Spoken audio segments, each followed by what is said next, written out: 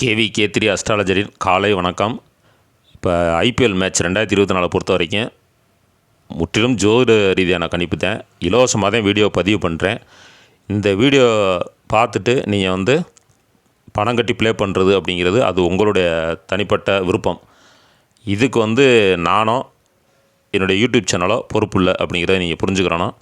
அது மட்டும் இல்லாமல் KVK3 அஸ்ட்ராலஜர் அப்படிங்கிற பேரில் டெலகிராம் சேனலும் வாட்ஸ்அப் குரூப்பும் நிறையா ஓப்பன் பண்ணியிருக்காங்க. அதையெல்லாம் போய் மாட்டிக்கிறாமல் ரொம்ப கவனமாக இருங்க. இது முற்றிலும் இலவச பதிவு மட்டுமே. தேங்க்யூ. KVK3 அஸ்ட்ராலஜரின் காலை வணக்கம். இப்போ மேட்ச் கிட்டத்தட்ட ஐபிஎல் சீசன் முடிய போகுது. இன்னும் ஒரு 4 மேட்ச் தான் இருக்குது. லாஸ்ட்டாக ஒரு 4-5 மேட்ச்சில் மழை ரிசல்ட்டு மாறி என்னென்னமோ நடந்து முடிஞ்சு வச்சு இயற்கைக்கு முன்னாடி எதுவுமே இல்லை அப்படிங்கிற மாதிரி தான் இருக்குது. இப்போ மேட்சை பார்த்தோம்னா நம்ம வீடியோ பதிவு பண்ணிக்கிட்டு தான் இருக்கோம். நான் சொன்ன மாதிரியே லாஸ்ட்டாக ஒரு 5-6 மேட்ச்சுக்கு முன்னாடி நான் வீடியோ இதில் சொல்லியிருந்தேன். நீ அடுத்து வரக்கூடிய மேட்சஸ்லாம் மழை வர்ற மாதிரி தான் இருக்குது, அதுக்கு தகுந்த மாதிரி நீங்கள் பார்த்துக்கிறங்க அப்படின்னு சொல்லியிருந்தேன். 2-3 மேட்ச் நடக்கவே இல்லை. ஜிடி எப்பப்போ ப்ளே பண்ணாங்களோ அந்த மேட்ச்சு பூராமே லாஸ்ட் 2 மேட்ச்சு மழையால் நின்று போச்சு. இப்போ ஆர்ஆர் கேகேஆர் கூட மழை அதுக்கப்புறம் லாஸ்ட் ஒரு 7 ஓவர் கேம் அப்படிலாம் சொல்லி ஸ்டார்ட் பண்ணாங்க. மறுபடியும் மழை வந்துருச்சு, அந்த மேட்சும் நின்று போச்சு.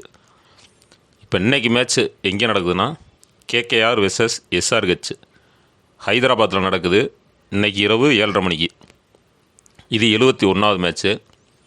இன்றைக்கி லக்னோ அப்படின்னு பார்த்தோம்னா மழை இல்லை அப்படிங்கிற மாதிரி சொல்லியிருக்காங்க. மழைக்கான வாய்ப்புகள் இல்லை அப்படிங்கிற மாதிரி தெரியுது.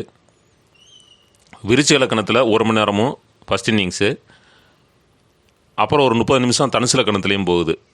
செகண்ட் இன்னிங்ஸ் தனுசு லக்கணத்தில் 1 மணி நேரமும் மகர லக்கணத்தில் 30 நிமிஷமும் அப்படித்தான் மேட்ச் இருக்கும். இன்றைக்கி நட்சத்திரம் என்னென்னு பார்த்தோம்னா சுவாதி நட்சத்திரம். நட்சத்திர அதிபதி ராகு.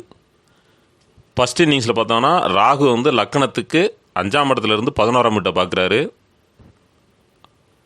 அப்படித்தான் இருக்கும் இன்றைக்கி மேட்ச்சு. இப்போ இதில் மேட்ச் எப்படின்னா நான் சொல்லக்கூடிய விஷயங்களை கரெக்டாக புரிஞ்சு பாருங்கள். புரிஞ்சு பார்த்தீங்கன்னா உங்களுக்கு ஈஸியாக இருக்கும். உங்களுக்கு கிரிக்கெட் நாலேஜும் தெரிஞ்சிருந்து அந்த கிரவுண்டு எப்படி கிரவுண்டு அப்படிங்கிறது தெரிஞ்சிச்சுன்னா உங்களுக்கு இன்னும் ஈஸியாக இருக்கும். நான் சொல்லக்கூடிய விஷயங்களை ஒரு 50% எடுத்துக்கிறங்க. இப்போ எஸ்ஆர்ஹெச்சை பொறுத்த வரைக்கும் பி கம்மின்ஸ் அவருடைய தலைமையில் விளாட்றாங்க. கேகேஆர் எஸ் ஐயர் அவருடைய தலைமையில் அந்த டீம் ப்ளே பண்ணுது. இப்போ நேற்று நான் டெலகிராமில் எஸ்ஆர்ஹெச் கேகேஆரில் கன்ஃபார்ம் பிளேயிங் 11 தெரிஞ்சவங்க கமெண்டில் போடுங்க அப்படின்னு சொல்லியிருந்தேன். நிறையா பேர் போட்டுதான், நிறைய பேர் வாட்ஸ்அப்லேயும் அனுப்பியிருந்தாங்க. இது எதுக்கு அப்படி சொன்னேன் அப்படின்னா அவங்களுக்கு கிரிக்கெட்டு நாலேஜ் தெரிஞ்சவங்களுக்கு நிறைய வெப்சைட்டில் போய் பார்த்து அவங்களுக்கு ஓரளவுக்கு தெரிஞ்சிருக்கும். ஏன்னா எனக்கு அந்தளவுக்கு கண்டுபிடிக்க முடியலை. இருந்தாலும் லாஸ்ட் மேட்ச்சில் ஓரளவுக்கு சேஞ்சஸ் பண்ணியிருந்தால் அவங்களுக்கு தெரிஞ்சிருந்தால் அந்த விஷயங்களை என்னோட ஷேர் பண்ணிக்கிட்டீங்கன்னா அதை நான் வீடியோவாக நான் சொல்லிடுவேன். அவங்க நீங்கள் சொல்லக்கூடிய வீடியோவை சொல்லிட்டேன் அப்படின்னா உங்களுக்கு அதில் ஒரு பங்கு இருக்கும். ஏன்னா ஃப்ரீயாக தான் சொல்கிறோம், உங்களுக்கு ஒரு பங்கு இருக்கும் அதில் அப்படின்னு சொல்லியிருந்தேன். நிறைய பேர் அனுப்பியிருந்தாங்க. அதில் எல்லாம் நான் பார்த்துட்டு எஸ்ஆர்ஹெச் 11 பேரும் கேகேஆர் 11 பேரும் மொத்தம் 22 பேர் லிஸ்ட் அனுப்பியிருந்தாங்க. அதிலேருந்து நம்ம எடுத்து சொல்ல போகிறேன். இப்போ எஸ்ஆர்ஹெச்சை பொறுத்த வரைக்கும் A Sharma, T Head, R Tripathi, NK Reddy, H Klaasen, S Ahmed, A Samad, S Singh, P Cummins, B Kumar, T Natarajan இவங்கெல்லாம் லாஸ்ட்டாக விளாண்ட பிளேயர்ஸு. இதில் இம்பேக்ட் பிளேயராக விஜயகாந்தை கொண்டு வரதுக்கு வாய்ப்பு இருக்கும் அப்படிங்கிற மாதிரி சொல்லியிருக்காங்க. கேகேஆரை பொறுத்த வரைக்கும் ஆர் குர்பாஸ் அவர் மேட்ச் ஆரம்பிச்சிட்டு ப்ளே பண்ணவே இல்லை அப்படின்னு நினைக்கிறேன். இன்றைக்கி வர்றதுக்கு வாய்ப்பு இருக்குது. S Narine, V Iyer, S Iyer, A Russell, AS Roy, Rinku Singh, Ramandeep Singh, H Rana, M Starc, V Chakravarthy, impact பிளேயராக வி அரோரா இவங்கெல்லாம் வர்றாங்க அப்படிங்கிற மாதிரி தெரியுது. இன்றைக்கி மேட்ச்சில் யார் வின் பண்ண போகிறா, மேட்ச்சு சிச்சுவேஷன் என்ன, பிளேயர்ஸுக்கு எப்படி இருக்கும் அப்படிங்கிறது எனக்கு தெரிஞ்ச விஷயங்களை நான் உங்கள்கிட்ட சொல்லிடுறேன். நீங்கள் அதிலேருந்து அப்படியே எடுத்துக்கலாம். இப்போ எஸ்ஆர்ஹெச் ஃபஸ்ட்டு பேட்டிங் பண்ணி கேகேஆர் ஃபீல்டிங் பண்ணால் யார் யாருக்கு நல்லா இருக்குன்னு பார்த்தோம்னா A Sharma, T Head, NK Reddy, S Ahmed, S Singh P Cummins, B Kumar, T Natarajan இவங்களை எடுத்துக்கலாம். கேகேஆர் ஃபீல்டிங் பண்ணால் R Gurbaz, S Narine, V Iyer, A Russell, AS Roy, M Starc இவங்களை எடுத்துக்கலாம். மொத்தம் 14 பேர் சொல்லியிருக்கேன்.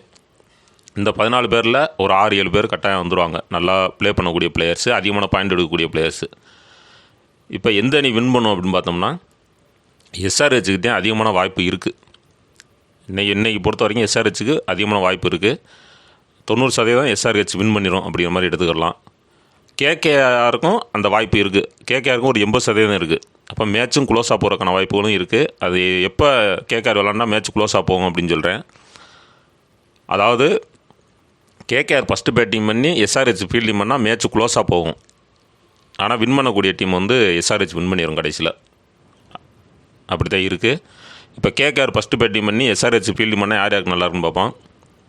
S Narine, V Iyer, S Iyer, A Russell, AS Roy, அதுக்கப்புறம் impact player we Arora அவங்கள எடுத்துக்கலாம்.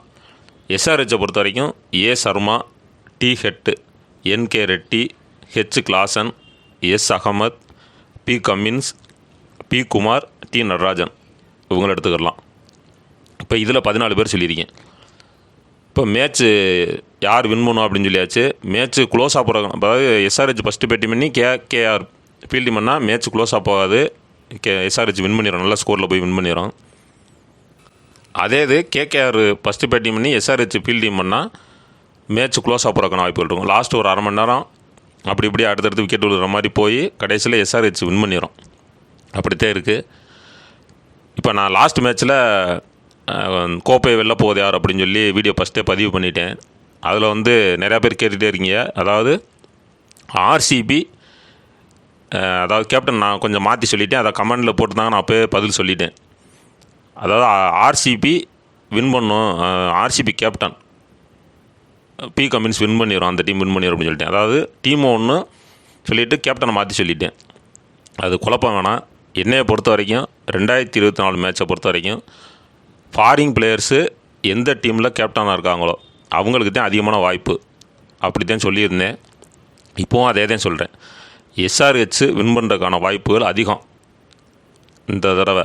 ஒருவேளை எஸ்ஆர்ஹெச்சும் ஆர்சிபியும் ஃபைனலுக்கு போயிடுச்சு அப்படின்னா, ஃபைனலுக்கு போகும் அப்படின்னு தான் சொல்லியிருக்கேன். அதில் ஒருவேளை மேட்ச் வந்து மழையால் நின்று போய் மறுநாள் மேட்சாக நடந்துச்சு அப்படின்னாக்கா நட்சத்திரம் மாறுது. அப்படிங்கிறப்ப ஆர்சிபி வின் பண்ணிடும்.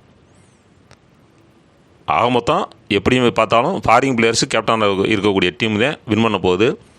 இது வரைக்கும் கோப்பையை வாங்காத டீமு தான் கோப்பையை வாங்க போகுது. அப்படி தான் அதில் சொல்லியிருந்தேன். கடைசி வார்த்தை அந்த இது மாற்றி சொல்லிட்டேன், வேறு ஒன்றும் இல்லை. இப்போ மேட்ச் சிச்சுவேஷன் எப்படி போகும் அப்படின்னு பார்த்தோம்னா, இப்போ எஸ்ஆர்ஹெச் ஃபஸ்ட்டு பேட்டிங் பண்ணி கேகேஆர் ஃபீல்டிங் பண்ணுதுன்னா அந்த ஒரு மணி நேரம் நான் வந்து சர்மாவும் டி ஹெட்டும் எடுக்க சொல்லியிருக்கேன். ஆனால் அவங்களுக்குமே வந்து அந்த இடத்துல கொஞ்சம் தடுமாற்றம் வரும். ஏன்னா அங்கே வந்து ராகு வந்து பலமாக இருக்கார். அப்படிங்கிறப்ப அவங்க வந்து தடுமாட்டம் இருக்கும். இல்லைன்னா ரொம்ப ஸ்லோவாக ஆடி ஒரு 6 ஓவர் 7 ஓவர் வரைக்கும் 1 ரன் 2 ரன் 3 ரன் இப்படி ரொம்ப ஸ்லோவாக ஆடி ஒரு 8 ஓவருக்கு மேலே நல்லா அடிக்கக்கூடிய பவர் இருக்கும். அப்படித்தான் போகும் மேட்ச்சு. அதே இது அதுக்கப்புறம் பார்த்திங்கன்னா லாஸ்ட்டு ஒரு 30 நிமிஷம், அதாவது விருச்ச இலக்கணத்துலேருந்து தனுசு இலக்கணத்துக்கு வரும்போது அந்த 30 நிமிஷம் நல்ல ஸ்கோர் வந்துடும். 20 பாலுக்கு 50 ரன்னு அந்த மாதிரி கூட வந்துடும். எஸ்ஆர்ஹெச் ஃபஸ்ட்டு பேட்டிங் பண்ணி கேகேஆர் ஃபீல்டிங் பண்ணால். அதே மாதிரி கேகேஆர் ஃபஸ்ட்டு பேட்டிங் பண்ணி எஸ்ஆர்ஹெச் ஃபீல்டிங் பண்ணாலும் அதே அமைப்பு தான். ஏன்னா இங்கே வந்து சூரியன், சுக்கிரன், குரு வந்து லக்கணத்தை பார்க்குறதுனால கொஞ்சம் ஸ்லோவாக இருக்கும். ஃபஸ்ட்டு ஸ்டார்டிங்கில் கொஞ்சம் ஸ்லோவாக இருக்கும். ஒரு 6-7 ஓவர் வரைக்கும் கூட ஸ்லோவாக இருக்கும். லாஸ்ட்டு ஒரு 12 ஓவர் தான் அல்லது 10 ஓவர் தான் ஸ்கோர் வரக்கூடிய வாய்ப்பு இருக்கும். இப்போ எஸ்ஆர்ஹெச் ஃபஸ்ட்டு பேட்டிங் பண்ணி கேகேஆர் ஃபீல்டிங் பண்ணால் எப்படி மேட்ச் சிச்சுவேஷன் சொல்லியாச்சு. அதே மாதிரி ஃபீல்டிங் பண்ணுற டீம் கேகேஆர் ஃபீல்டிங் பண்ணுச்சு அப்படின்னா ஃபஸ்ட்டு ஒரு மணி நேரத்துக்கு விக்கெட் விழுகிறதுக்கு வாய்ப்பே இல்லை. விழுந்தால் ஒரு விக்கெட் விழுகலாம், அப்படி தான் இருக்குது. அதே மாதிரி எஸ்ஆர்ஹெச் ஃபீல்டிங் பண்ணாலும் அதே அமைப்பு தான். இப்போ சுருக்கமாக சொல்லணும் அப்படின்னா, ஃபஸ்ட்டு எந்த டீம் பேட்டிங் பண்ணாலும், டாஸ் போட்டோன்னே ஃபஸ்ட்டு எந்த டீம் பேட்டிங் பண்ணாலும் ஒரு மணி நேரத்துக்கு விக்கெட் ஸ்லோவாக இருக்கும், விழுகாது. ஒரு 6-7 ஓவர் வரைக்கும். இல்லை அதே மாதிரி ரன்னும் வராது. ரன்னும் அந்தளவுக்கு பெருசாக எதிர்பார்க்க முடியாது. ஆனால் அதே கேகேஆர் ஃபஸ்ட்டு பேட்டிங் பண்ணால் ரன் வந்துடும். எஸ்ஆர்ஹெச் ஃபஸ்ட்டு பேட்டிங் பண்ணால் ரன்னு ஸ்லோவாக இருக்கும். அப்படி தான் இருக்குது டாஸ் போட்டோன்னே இந்த 7:30 மணிக்கு. அதுக்கப்புறம் லாஸ்ட் ஒரு அரை மணி நேரம் நல்ல ஸ்கோர் வந்துடும். அதே மாதிரி ஃபீல்டிங் பண்ணும்போது லாஸ்ட் ஒரு அரை மணி நேரம் அடுத்தடுத்து விக்கெட் விழுகிற மாதிரி இருக்கும். அப்போ மேட்ச் க்ளோஸாக போகும். இதே மேட்ச்சு சிச்சுவேஷன் சொல்லியாச்சு, யார் வின் பண்ணான்னு சொல்லியாச்சு. SRH கன்ஃபார்மாக வின் பண்ணிடும், அதில் எந்த மாற்றமும் இல்லை. ஒருவேளை பிளேயர்ஸ் புதுசாக யாராவது வந்து கொஞ்சம் விக்கெட்டு சர்மா ஹெட்டோட விக்கெட் எடுக்கிற மாதிரி வந்துச்சு அப்படின்னாக்கா கொஞ்சம் மேட்ச் க்ளோஸாக போகும்.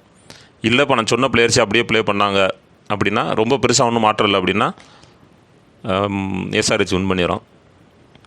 இப்போ லெஃப்ட் ஹேண்டட் இன்றைக்கி பார்த்தீங்கன்னா லெஃப்ட் ஹேண்டட் யார் யார் இருக்காங்களோ அவங்கள பூரா எடுத்துக்கிறங்க.